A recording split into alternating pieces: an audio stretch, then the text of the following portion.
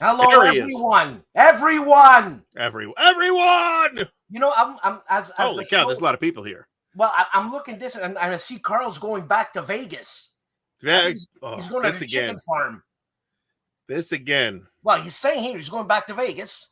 You know, to see people he hasn't seen in a long time. So what can I say? I read them as I see them. I understand. How are you, Artie? I'm okay. How are you? I don't know. I got a bit of something in my throat, and every time I touch it, something goes to my head. But other than that, it's fine. That sounds fun. I'm telling you. Yeah. So we're talking about war game magazines, and not necessarily, I guess, war game magazines. Well, you could have war game. We could have that discussion too. I mean, we have actually talked about that before. Best magazine war games, for example. That's right. We did talk about that before. I knew that. Yeah, and we've had, this is a subject that comes up. The magazine war games are pretty attractive to a lot of people for a couple of reasons. One is that they're relatively inexpensive, right? The current issue of C3I, which I just ordered today, the new issue of C3I, which I just ordered today, you can order it now. Yeah, what's the game again? Burma, the Forgotten War. Right. It's an extract from Empire of the Sun. So it's going to be good, right? But it's, I'm buying it just as much for the other stuff.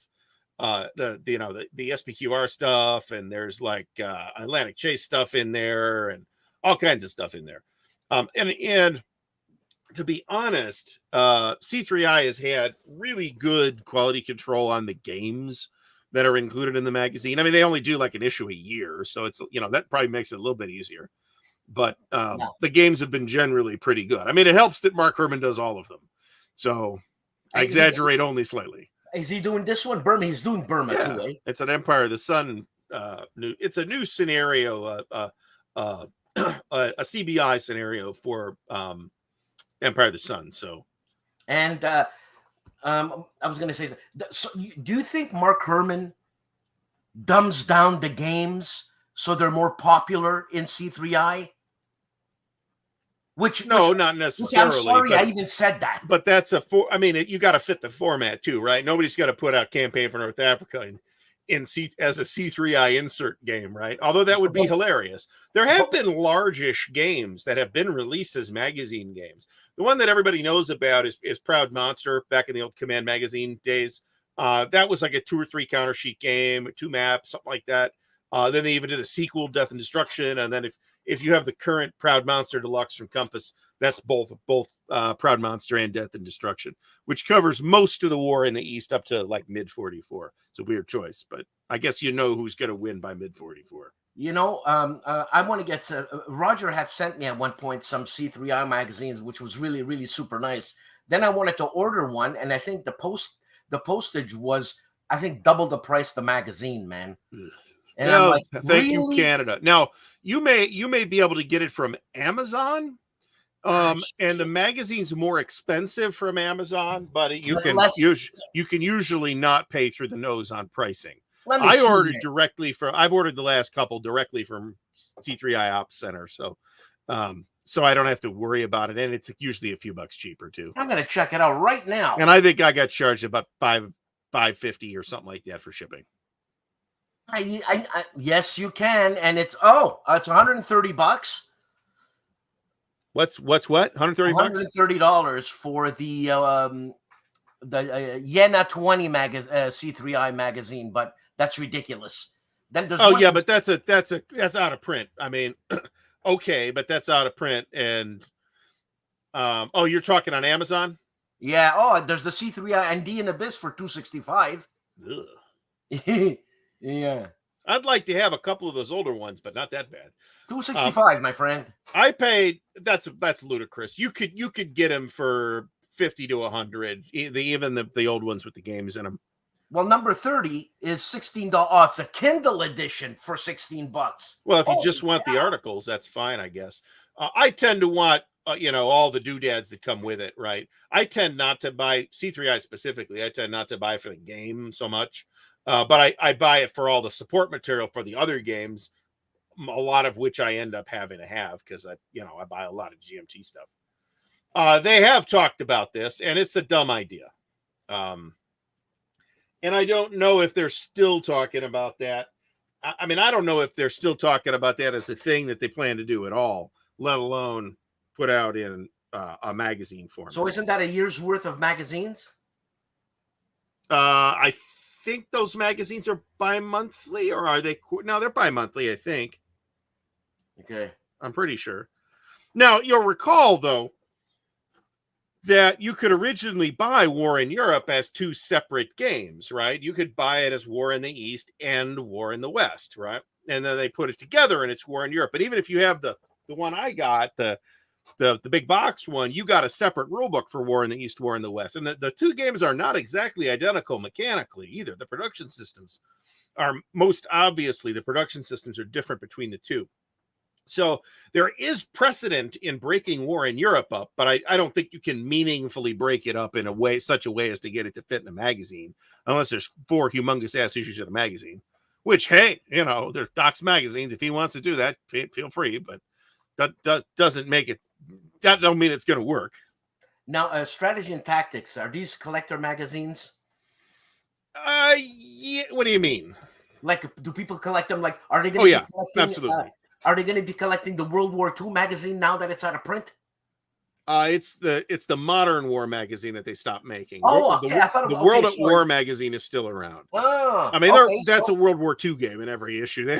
There's plenty of market for that. But yeah, I mean, even S&T. I mean, old S&Ts, if the game's good, they could still go for $50 to $100, right? That's something I found selling, just a random assortment of old, 200 era S&Ts. I guess 100 and 200 era S&Ts that, and these are actually going for good change now too. And this wasn't even that long ago. So, and that's Modern War. That's kind of what finished out Modern War, was this huge 7 Days to the Rhine thing that started out. If Stigler's here, he'll give us a dissertation on it, because it started out as an attempt to redo the old Central Front series from SPI, but then they wanted to completely redesign it, in which case, you're not really trying to redo Central Front at that point. There's a very interesting set of Dunnigan designs that had some really innovative mechanics at the time. So to answer William's question here, still a lot of magazines with games being published, or are most magazine games collector items? I kind of feel like that's two different questions. There are a fair number of magazines still in publication that have war games in it. Is Battles still happening? Officially, I think it is, but I think there hasn't been an issue in a couple of years, so I'm not sure what the story is with that.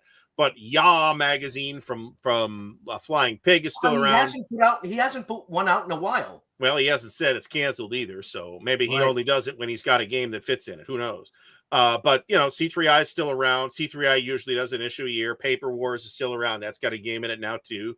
It didn't always, but it does now. Against the Odds is still around, and it's got a game in it. Plus the 2 Decision magazines. So plus Vevictus, right? Let's not forget about Vevictus, which has been running in France since time immemorial, and that's got a game in every issue. How long has it been running? Since the mid-90s at least. Is this true? Probably not. I think John might be pulling our leg here. John, I swear to God, don't do that. I'm gullible.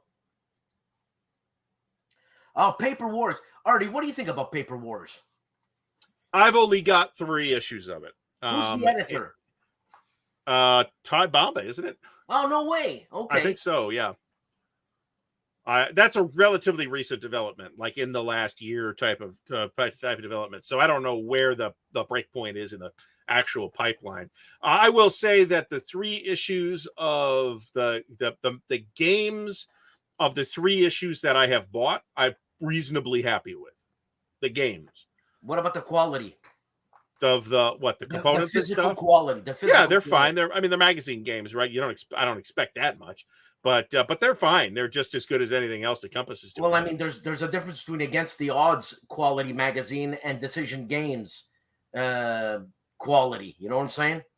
And not the games themselves, the paper, the counters and stuff. So the counters. Hold on. So the counters and stuff are just like regular Compass Games counters, but they've been through some changes on, counter stock in that over the last couple of years. So let's see what the latest one I have is. Probably this guy, Galicia 1914. And it's on glossy. It's not like a magazine stock paper. It's more like their rule book paper. How much does it go for? $46.95 is the sticker price on the magazine. And the counters are, this is from Pitt's War, not these are the older thinner counters, but it's from Pitt's War, which is an older game. The pieces for Galicia 1914 were pretty thick. So, but I mean, $45 is about as cheap as you're going to see a war game for now, I guess. right? I guess. Yep, I guess. I mean, my Chipotle burrito cost $12 today. So seriously, though, man. Seriously, I'm living back in the days, man. That's my problem, I think. Those were the days. Yeah, those were the days. Which days? Those days. It's like there was a comedian. What's his name? The guy who would only say one-liners. There, he's dead. White guy. Mitch something. Mitch Hedgeberg or something. Oh, what's his name from Saturday Night Live? No, forget it. Okay, no idea who you're talking about. So yes, the War in the West had everything on just a reinforcement schedule, where War in the East had a production system where you had to capture factories and stuff, as I recall. It's been a while. And that was a weird thing, right? That Decision's version of War in Europe fixed, but you couldn't, that was just one huge box, and that goes for a giant pile of money now. So, oh, that's a good point. Since Achilles has mentioned Chinese war game magazines, and there is one. I don't know what it's called, because whatever it's called it in Chinese. And I don't speak Chinese, but Command Magazine's still around in Japan, still with games in every issue, as far as I'm aware. You see, we're talking about game magazines. This is a very misleading statement, though. What? I mean, if you look at box games pretty much started around $100, give or take $15, right? From anybody but GMT, right? GMT's got a different thing. And I'll also point out that I think a lot of the P500 releases that we just saw, not all of them, but some of them are way cheaper than you'd expect, based on the amount of stuff that you get in it. The example I got here is Barbarossa Army Group Center. The P500 price on that was $55. But I mean, if they announced that game today, that's probably a $90 game, right? Yeah, but what about HOLLANDSPIELE? They originally, pitched it like 10 years ago. That's what I'm saying. HOLLANDSPIELE's games are generally in the $40 to $60 range. And they tend to have about a half a counter, what we would say is half a counter sheet, an A map, like and 80 counters. Yeah, tend not to have a big rule book. Sometimes they have cards. I think that's fine as a price point. I mean, they're printed on demand, which is not a particularly economical way to do this. The big difference is that the economy of scale is very different between GMT and basically everybody else, right? Yeah, but if you go look at Aircore right now, I'll go pull up Aircore because I got this. Aircore's MSRP is $86. And it's one map and two counter sheets. Yeah, that's MMP. And that's about as cheap as MMP gets, other than their magazine games, which, now that we're talking about that, they have Special Ops magazine, which has nowadays a game in every issue as well. So I thought it was ruled that War magazine that was gone. No, that's been relatively, I mean, I hear more I hear more about people playing the World at War magazine games than the Modern War magazine games.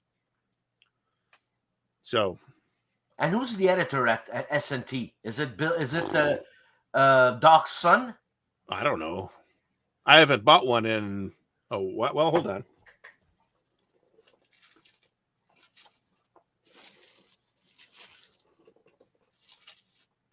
I may have an issue here. Or I may not. Oh, I do. So this is from, I think, last year. Hanut. Tank Action France 1940. This is the Gauss issue. And this is my extra copy. William just got his copy of Barbarossa Center for $85. That's a GMT one, right? Yeah, that's a GMT game. What about the CSL games? Senior editor says Ty Bomba, but I'm not sure that's still true. Well, they don't do a magazine, but their games have all been print on demand as well. So wasn't there a big something to do a couple of weeks ago about that? Yes, because Blue Panther severed their business ties with CSL for reasons not disclosed, but which folks have generally assumed to be something to do with money. Well, money's always a good friend to have, huh? Yeah. So I just heard that CSL has figured it out. They found another print-on-demand place. So it sounds like they might still be, they might endure this trial. But I haven't heard any details about who that is or what their deal is or any of that. Against the odds. Yeah, they're as far as I know, they're still around, but they only do about an issue a year too. So Jeffrey Westovitz asked if C3I is the current leader, and I'm not sure that it is. I think that's still S&T, just because S&T has this sort of prominent market position because it's been around since like 1970. And they're regular, And they're regular, just like my bowels. So there's a lot of Chinese war game activity, actually, that we don't see very much of because we don't speak Chinese. So I tried to get in touch with Tai Bomba to have him on. It didn't work. He's on Facebook. Yeah, I guess. So you can't find anything on Facebook, though. That's the problem. Yes, there's a problem with having things only on Facebook. Well, Facebook is a wretched hive of scum and villainy, as we say in the business. The sizes are pretty much standard wargame map sizes for the most part, unless they're smaller, and they are sometimes. Like some of the C3I games. The C3I Gettysburg game was a small map, for example. But it also came in an issue where there was a second game, right? There's that Jour de Gloire game for C that was in that same issue as Gettysburg. So there was kind of two small games. But generally, the map quality is just as good. I mean, I don't know if Roger's using the same printer as GMT, but he might be. I can't tell the difference. The Paper Wars games that I have is just as good as the rest of the stuff from Compass. And the decision stuff, it might... because I haven't bought one since Hanut, and before that, I probably hadn't bought one for about 3 or 4 years, I'd say.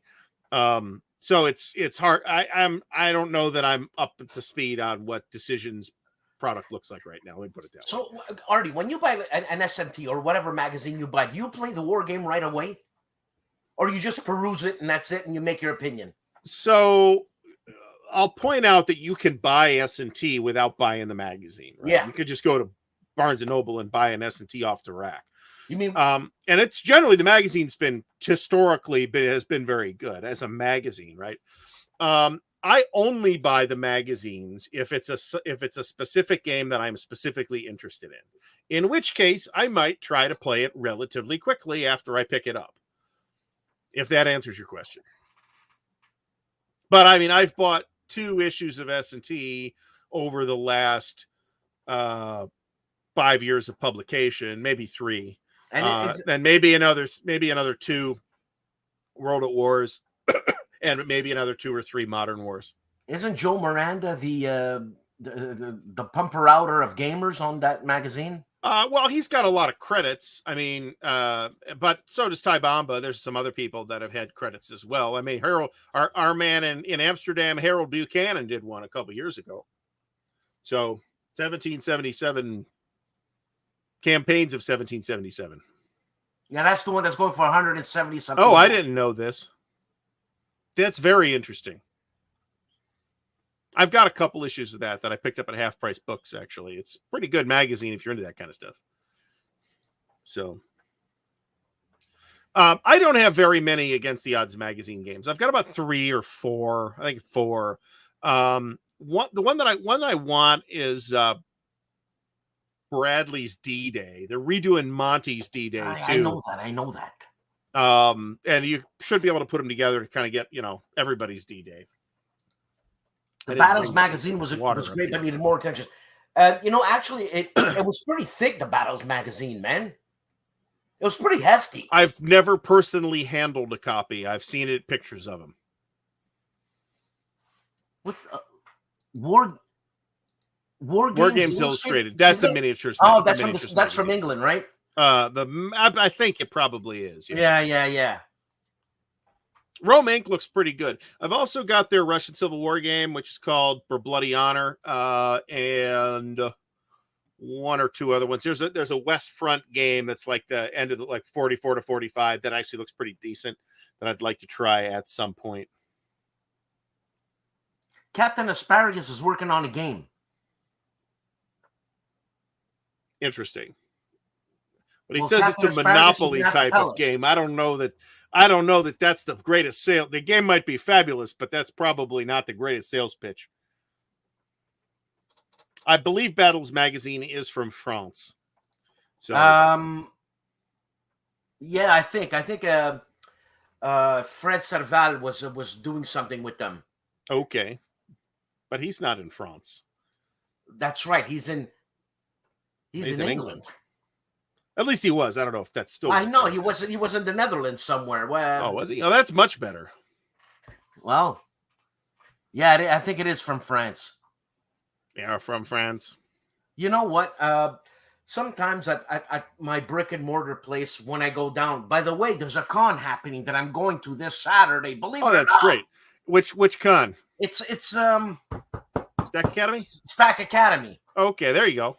Yeah, and I'm going to do some filming there, this and that. And there's, like I was saying, there's a brick and mortar place I go to. And sometimes you find some S&Ts for like $5, $2. Well, you know, there are. So actually, if you Wisconsin is practically Canada, right? You should head down to Noble Night and go in there. I know. Man. I got about 10 issues, not about 10. I bet I had about half a dozen issues of S&T with games, unpunched and everything, out of their miscellaneous please take it away room for like $2 a piece. Yeah, but don't they know their stuff, these guys? And why they do, but it's stuff that they've got tons of, like Panzer Battles and Tito and stuff like that, right? But Tito's actually, I think, a bit of an underappreciated game.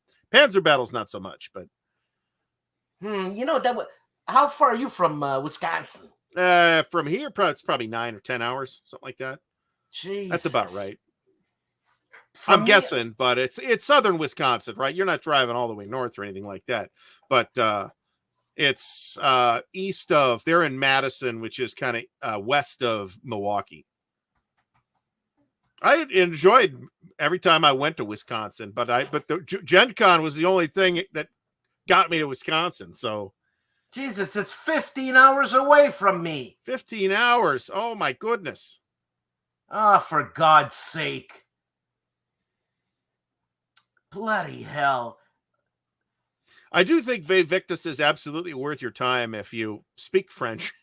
I mean, I think you can get the game rules in English now, but for pretty much everything. But the magazine's still in French as far as I'm aware. So yeah, no, I've got only one Ve Victus game. It's a World War II game, and it's in French. Yeah, I can read French, and I understand it. So well, you're fine. I'm not, though. My French is terrible and rusty. So I took French in high school, so that's been a long time. Hey, Captain Asparagus, you're going to be at Stack Academy. Calis. Yeah, I know they do English, the translate, but is it on the website only, the English translations? I think it is, yeah, but that's fine. I'm fine with just downloading it and printing it myself. I mean, it's a magazine game. It's not a World at War. You know, I'm going to the Chicago Pipe Show. I'm doing it. I'm going. Are you driving or flying?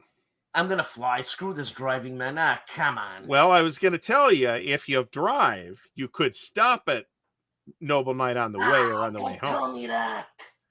I'm just saying, Chicago and Madison are not that far apart. That's 15 hours of drive. Well, I'd want to do that in 2 days. Yeah, I can't do that in 2 days. After 5 hours, that's it for me, man. Well, then I guess you got to do it in 3 days. Ah, yeah. And that's awfully awkward, right? To spend add an extra 2 days, there and back to a vacation is something that most people don't have the luxury to do. So you're probably stuck flying, I gotta say. Maybe Jess is Jess a pipe smoker. Maybe she'll I come don't up think to so. Chicago. Jesus Christ. You know? Hey, Barry, what's up, man? Barry, this looks like a CSI picture. That's wicked. it does. Is that him or J.K. Rowling? Jesus. Catch a train, eh? So, well, that's not necessarily time economical. I mean, it's a comfortable trip, but it's not necessarily comfortable in terms of how much time it takes, right? If you're going up and down the East Coast, you're going like New York to DC or something like that, then it makes tons of sense because it's like a 2-hour trip. But if you're going, Montreal to Chicago, that can't possibly make any sense. STUKAJOE, the one and only, is here. Thanks for stopping by, Joe. Come on. Joe, what are you doing right now? What are you doing right now? Hey, we're talking about game magazines. We should look in. Well, you know what? STUKAJOE's real big on magazine games, actually. Yeah. For, what I think are completely valid reasons. They're easy to play. They're relatively inexpensive. They tend to cover more experimental topics because you're not, creating this huge boxed game and it's a giant project, costs a fortune to make. Christ. You can afford to take more chances on the topic. Erwin Sachs says we should look into Japanese war game magazines, which would, require us to learn Japanese, which probably is not going to happen. Easier than Chinese. Yeah, I think it probably is easier than Chinese, but that's not saying much, considering that Chinese is really freaking hard. Joe, I just sent you a link. Do something. Come on. Let me see what shirt you're wearing. And the only Japanese magazine I have is that one I showed you last time, and I can't find Bonsai. Oh, okay. I don't know anything about that. Isn't that the guy who makes games there? Isn't that his magazine? The Japanese guy who makes games there. Is there only one Japanese guy that makes games? What's his name?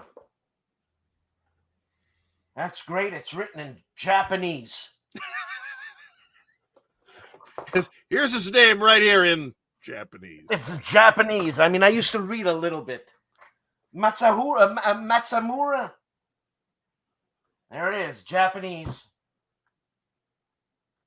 Nathan Landrum, yeah, we have mentioned Command Magazine actually already. John Longshore, English. I don't know that that's actually true, but certainly I feel the pain of non-English speakers who have to try to learn all the weird, crazy shit that happens in English. So, okay, I'm putting it up. Hold on. This is not going to go well. No, yeah, I couldn't read that if it was in English. No, there's a reader here that maybe can do it. Let's hope. Who is it? What's the name of the game? Midway, turning the tide in the Pacific. That's such a generic name. Well, it's not really generic, but there's a lot of Midway games. It's a historical strategic game. What I would do here is search for Midway on BGG. MYK. Did you get it? I can't tell. This is it. By the way, Joe, I just sent you a link. Nakaguro, that's it. Sushi Nakaguro. And that I'm getting from BGG. And I'm just doing it based on, what the box looks like and the fact that it says Midway on the box.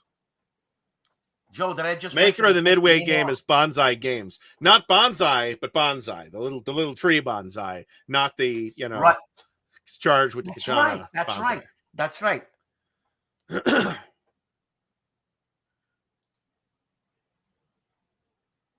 And hold on, I want to ask something on this question.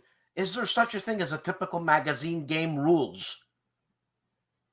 What do you mean, though? I mean, like, are the rules only 4 pages all the time? Oh no, they're almost always longer than that. So when I picked up the or when I ordered the new C3I with the Burma game in it, that's got a 36-page rulebook, which is pretty big for a magazine game. Usually it's 16 to 24 is, I think, fairly typical.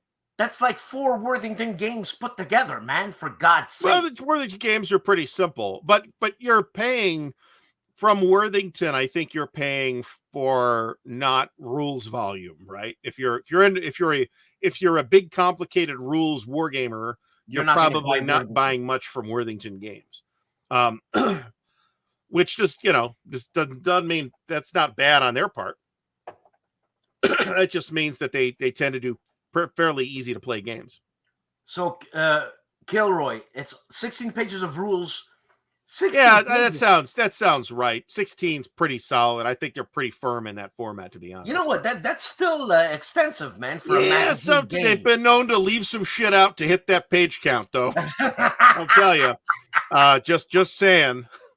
I've got the First Crusade, which is SOT 299, which they left out the siege rules because they couldn't fit it into 16 pages, and the game doesn't work without the siege rules.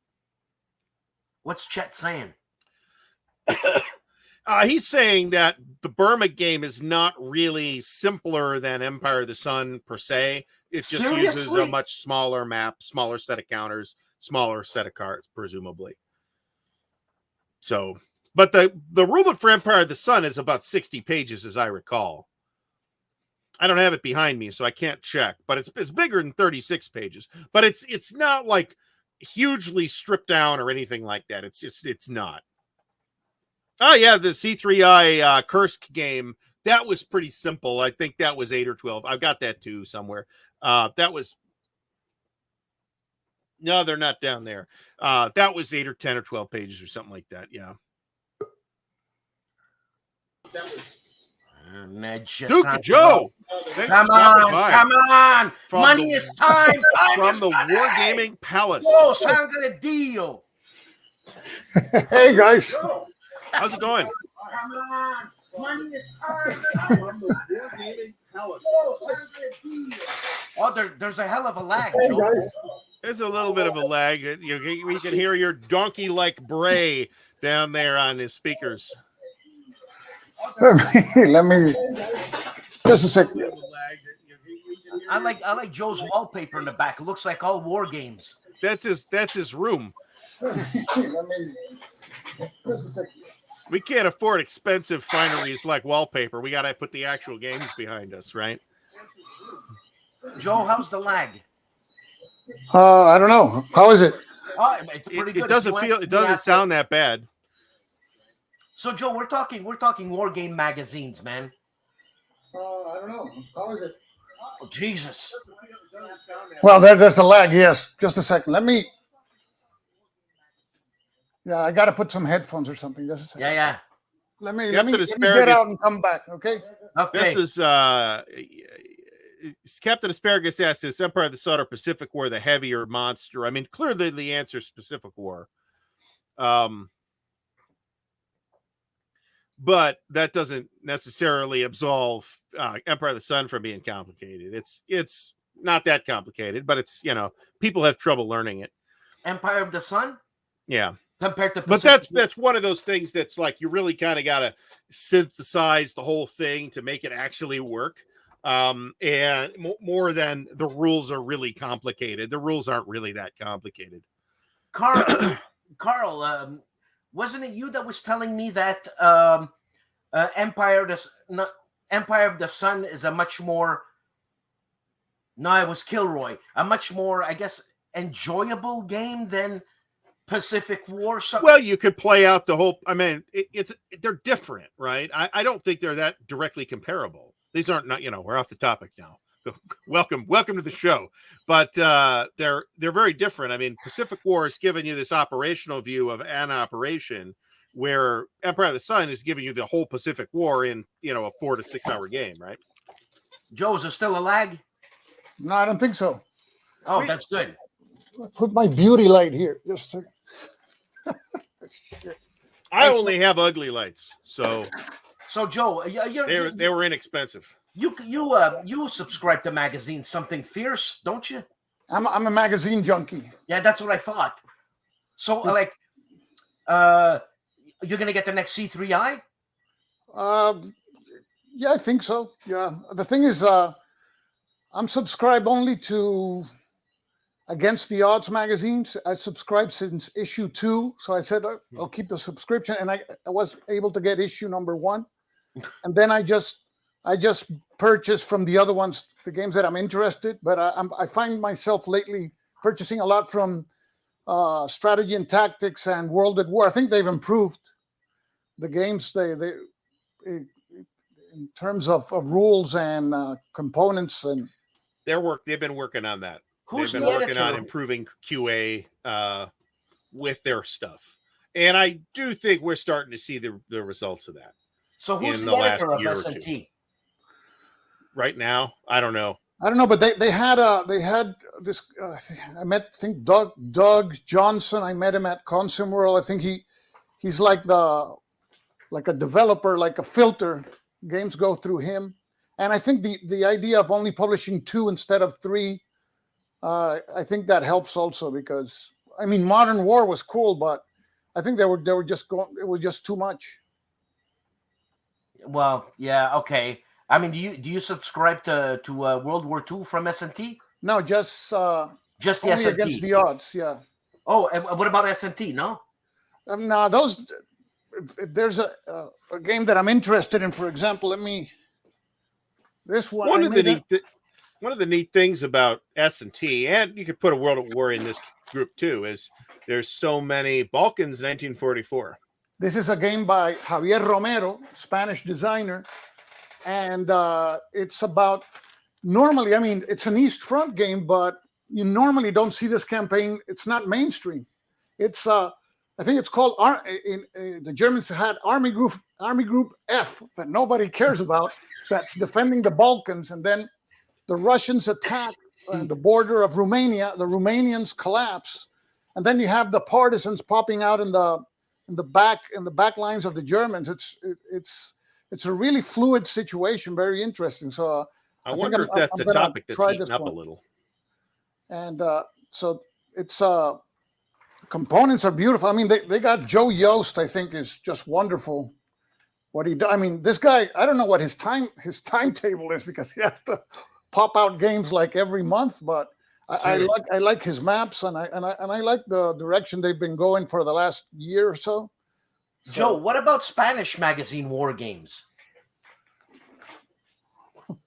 Well, Spanish magazine war games got this, and okay. There was one I made a video on recently. There's a magazine called LAIR magazine. This is an issue. Oh yeah. Okay, I've seen that. Yeah. And this is a game about a hypothetical invasion of the Spanish protectorate by the Allies in 1942. So it's another topic that there's not many games about. That the Allies had a plan, like to invade the Spanish North Africa, to unlock the situation in Africa. And then this is LAIR magazine. I got this one. How did I get this one? I think I purchased it in Spain. I did a video on one about the Annual. I actually made a video on the game, and after I made the video, I read the rules. I started playing the game. There was a big problem, so I didn't make any more videos on the game. And then I learned that they had rushed that game. The Annual disaster in 1921. The Spanish lost 10,000 troops in Spanish Morocco, in what's called the start of the Rif War. They were ambushed, and this was a game to commemorate the 100th anniversary, but apparently it was rushed. And I noticed it because one big thing in the game is putting your Spanish troops in columns, and it's supposed to be like a defensive formation.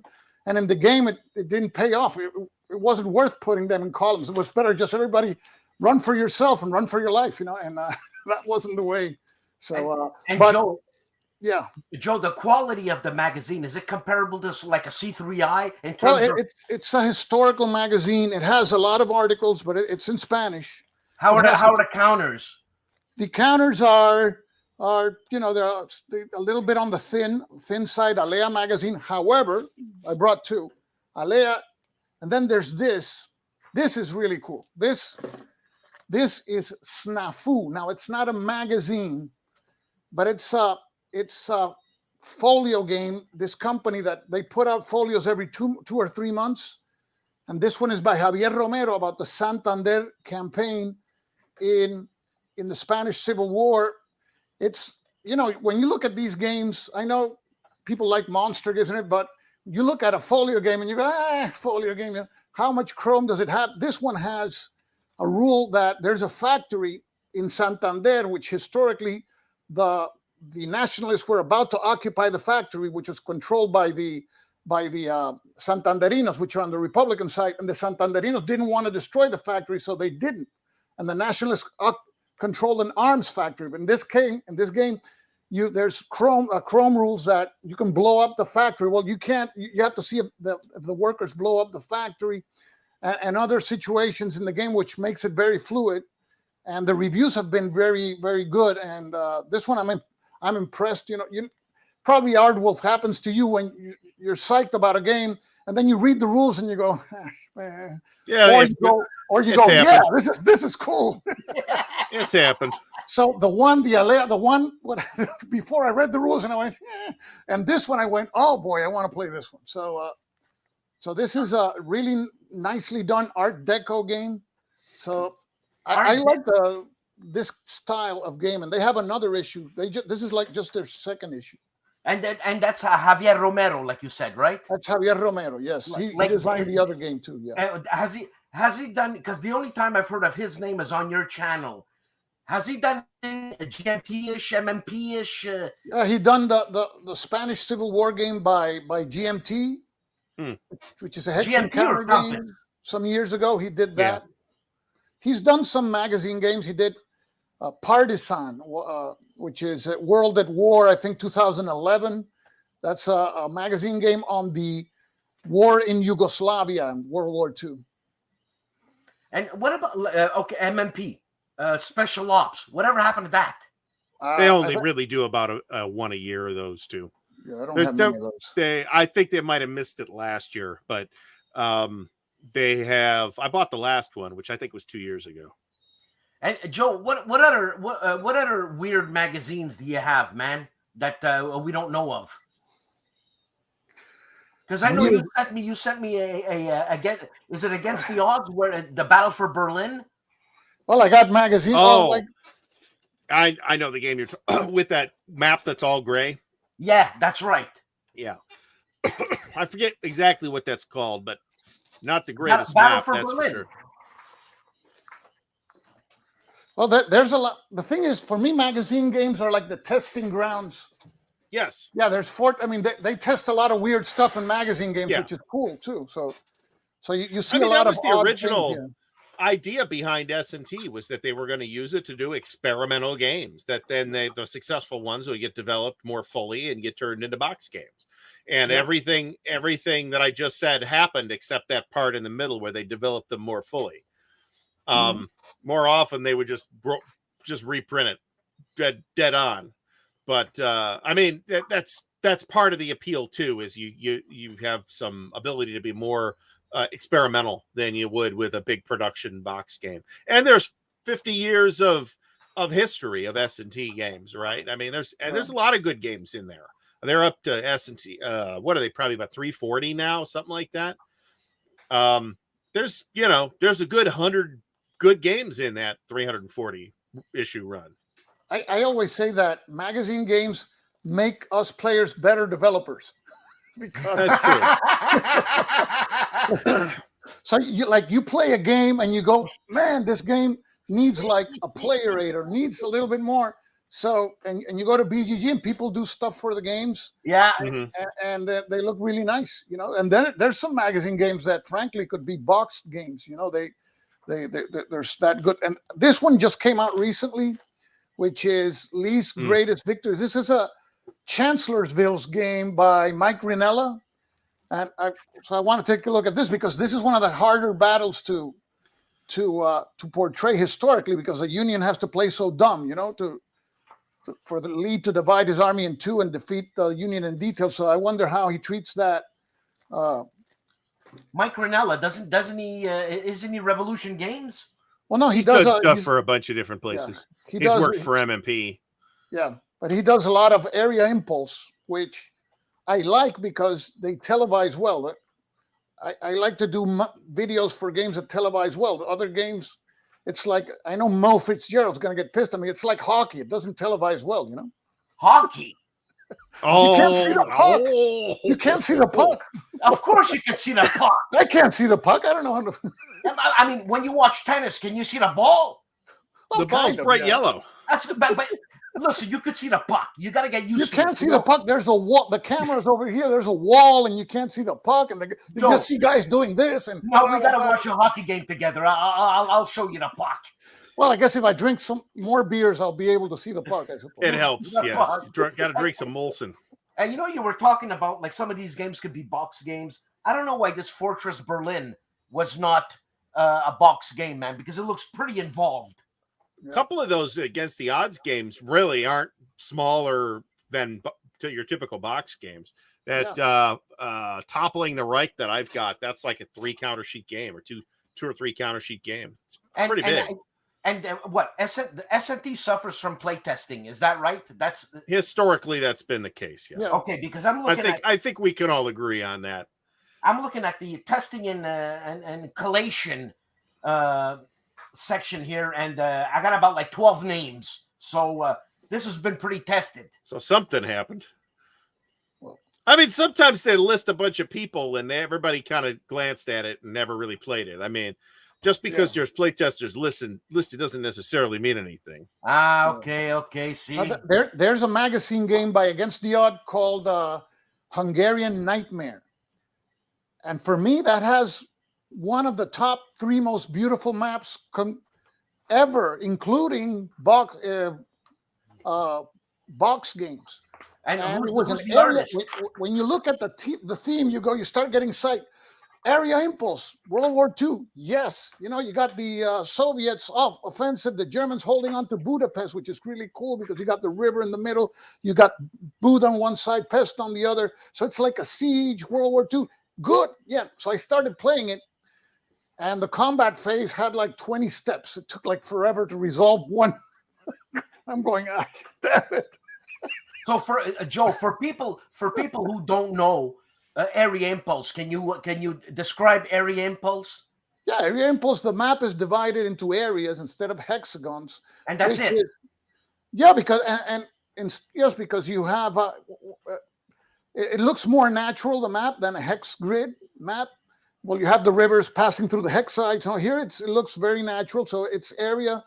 You move from area to area, and it's by impulse. So a player conducts an impulse and moves a group of units, and the other player conducts an impulse, and so forth. So it's very interactive, and most of these games have uncertainty as to when the turn's going to end. So you have like a die roll that's going to determine whether the turn ends or not. So you don't know where the turn's going to end. So you got a lot of uncertainty, which is cool, and the game is very it's manageable because it's not huge stacks and the Chrysler building attacking the Pan Am building like in the Hex games. So I don't know anything about that. Yeah, it's 142 factors to 67. It's 3.5 to 1. So it's I like, my hobby is playing war games and doing videos. So those games televise great. One of the best Area Impulse games for me is that it's from a game that Stalingrad game here, but this is not a magazine game though. Turning Point Stalingrad. But it's by Mike Ranella. This thing. Oh, that Verdun on the Volga. Is that Verdun on the Volga? Yeah, I love this one. Is just great. The only isn't that game now like worth billions? Well, when it came out, it was very expensive for what it was, and the only thing that I didn't like was the map was so green. You thought you were playing the Augusta Open or something like that instead of Stalingrad, you know, because the map was too green. You know, I'm going, what Looks like a golf course, but you're insulting every sport possible today, tonight. Canadians are mobilizing even as we speak. You put Captain Asparagus. I mean, if thank God you're 6'9", because I swear to God, if you were here, 6'4". Yeah, whatever. To me, it's like you're 100 feet tall. It's just like if you were in Quebec saying that, oh Jesus, you'll get hit in the face by Putin. And, it's like the pie fights of Canada. They use Putin. You know, Captain Asparagus again. I watch those playback, those what it reruns to. Joe, have you ever? We're going off topic now because you hit a nerve, Joe. Did you watch the Soviet Canada summit 1972? What's that, hockey? Oh, Jesus Christ! No, of course not. Oh my God! That was ice down here in Puerto Rico. That was the sport of the century, to, man. Sangre Dio. Okay, let's forget about it. They got sunshine. They got sunshine down there in Puerto Rico. Yeah, they don't have to stay inside and watch ice hockey. Oh God. So, Joe, any other weird magazines? You got to have them. Well, the thing is, there's Victus. I purchased. That's not weird. I'm in Montreal, for God's sake. But the thing is, with the translation, sometimes the translation is so awful that you get turned off by. So I can read rules in Spanish, and have no problem. But the ones sometimes the translations for those French games, you start reading and you go, I just can't connect. I can't make it. Well, I mean, if you need a French translator, Joe, I'm not expensive. Joe, what's your favorite magazine game of, say, the last 3 or 5 years or something like that? The ones that I liked a lot the War for Turkish Liberation, which I screwed up on the video because it's a 2-player game, but there's like 8 factions. You got like 6 fronts going on at the same time. I like that one a lot. What else? Magazine game. Oh boy. And that's a Javier Romero design as well. That is. So, maybe. Was it Javier Romero? I can't remember. That's what BGG says. Always, I must be a Javier Romero fan, and I don't know it. So, yeah, that one I liked a lot. Trying to think that I've played. With the Joe Youst map, too. Yep.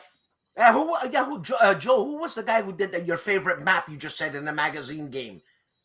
Well, that one was Hungarian Nightmare, but I don't know who did that map. It was an area impulse map. It had Budapest, and it was based on a historical map of Budapest and its surrounding. Joe Youst, according to BGG. Joe Youst, eh? I love Joe as a map artist. I think he's a fabulous map artist. He's great. Yeah. Man, we should have him on. Is he reachable, Joe Youst? He's on Facebook. I could probably get a. Oh, the Crete game was pretty good. I was going to say, you used to do a lot of videos on magazine games. Yeah, the Crete game in World at War, that was a pretty innovative system, solo, that the Allies are all upside down and you start throwing your Germans onto Crete and a lot of nasty surprises. It was kind of impossible to win, but it was fun. I think that one was mentioned, and apparently it's fairly expensive now. Yeah, that one's hard to get now. Yeah. And Carl, is Joe Youst? I don't want to say reachable. Is he? You think he'd be into having an interview or something, or being on video?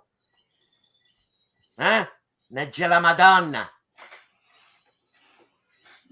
I've never seen Joe done on like a video interview. No, so I don't know. I haven't seen him. No. I'm trying to get Mark Simonich. And you might as well go get a root canal. I think it's way easier. Okay, so Carl says, yeah. Okay. So, Joe, we got 6 minutes left. What's going on in your life? What's happening? Well, I was taking out water out of the studio. We had a flash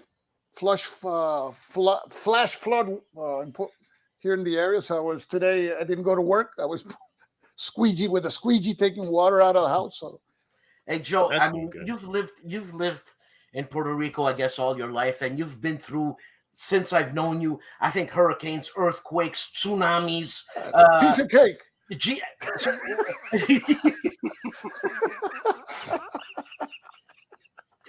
What the hell are you still doing there, man? Why do you think we get our house? Why do you think houses are so cheap down here?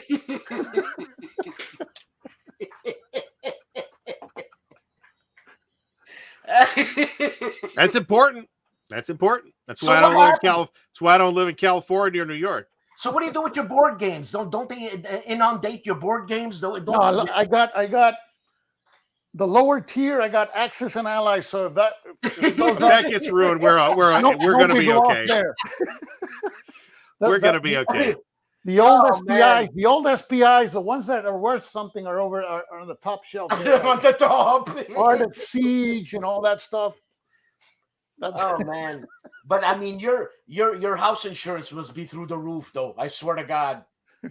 I think I spy a copy of Europa For Whom the Bell Tolls on your top shelf there, Joe. Yes. I'm a Spanish Civil War freak, but I try to learn that system. It was just, I don't know. It's one of the easier ones to play, to be honest. That specific game, yeah, I suppose, yeah. Yeah, because there's unit density's not like off the hook like it is in a lot of those games. Yeah, but the counters, I remember some of the counters were like it was white on yellow, and I couldn't see the damn thing. What kind of color scheme is this? White on yellow. They maybe didn't think that through. Yeah, the purple on black was another one that was very different, which I don't think you got in there. But you saw in one of the East Front games, you got a purple on black, and I'm like, I don't know what these are, and I can't read them. Yeah, because they do it integrated for. They think there's going to be somebody who's going to I'm going to set up all the games at the same time, play them all at the same time. They've been promising that since 1974, and we still don't have it. So I'm thinking maybe it won't happen now. So Joe, what's your next video happening, man? I'm going to do a video on the Aegis trays that they sent me. I saw your video, ARDWULF. Actually, your video was great because you actually put counters inside the tray. So I'd already used them by the time I got the video done. They like showed up on Monday, and I'm like, I guess I'm putting Aircore that I'm clipping tonight right in this tray. No, you did it. So I said I can't do the same thing ARDWULF did because I got to do something different. So what I'm going to show is weather. There's three kind of trays, right? GMT is like the standard for a long time, and then you got DVG, which is if you can't find any trays and you don't want to put in baggies and you want something that looks like a tray, then you purchase a DVG tray and pray. Yeah, they're bad. And then, but the thing is, there's going to be a spoiler alert anyway. Look at this. This is a magazine game. It's a good-looking magazine game. Why? Because it's not wobbly like this one. Like this is going to be wobbly. And how this does not become wobbly? Because there's a counter tray inside. You mean you bought that with the counter tray? That's the way it came. No. I put the counter tray inside. So listen, I love this game so much, even though I haven't played it yet. But it's the thing I was telling you. I read the rules and I go, yes, this is cool. Want to play that? Maybe I won't play it to not feel discouraged. But yes, this is cool. That's what I said. This game has earned a tray. This magazine game, because not all magazine games earn a tray. So the Aegis trays at ARDWULF, you discovered they're more spacious than the GMT trays because the pockets are bigger. Are they deeper? No, I think they're more or less the same, but the pockets are bigger and they fit. You can fit comfortably the 5/8 of an inch counter side by side, which you can't do in the GMT trays. There's always going to be one 5-inch counter over the other. So for 1/2 inch, counters. GMT is fine, but for 5/8 of an inch, Aegis is great. Now, Aegis doesn't fit here. See, this bag is a 10 by 12 bag. If you get a 10 by 12 bag, because that's the other thing about the topic today's magazine games, they normally come in a bag that hurts the magazine game. That is so tight there that if you pull it out and push it in, you're gonna rip the magazine. So Yeah. I always throw away those bags, and I buy bags that, see if I have them around here somewhere. They're called Relock Zip It 10 by 12. So you buy a bag 10 by 12 and it fits the magazine and it fits the counter tray, but it has to be a GMT counter tray, and you can Ziploc it easily. And look what I'm going to do. I go to my, this is something you can't do normally with magazine games. I'm going to go to the library over there. Look at this.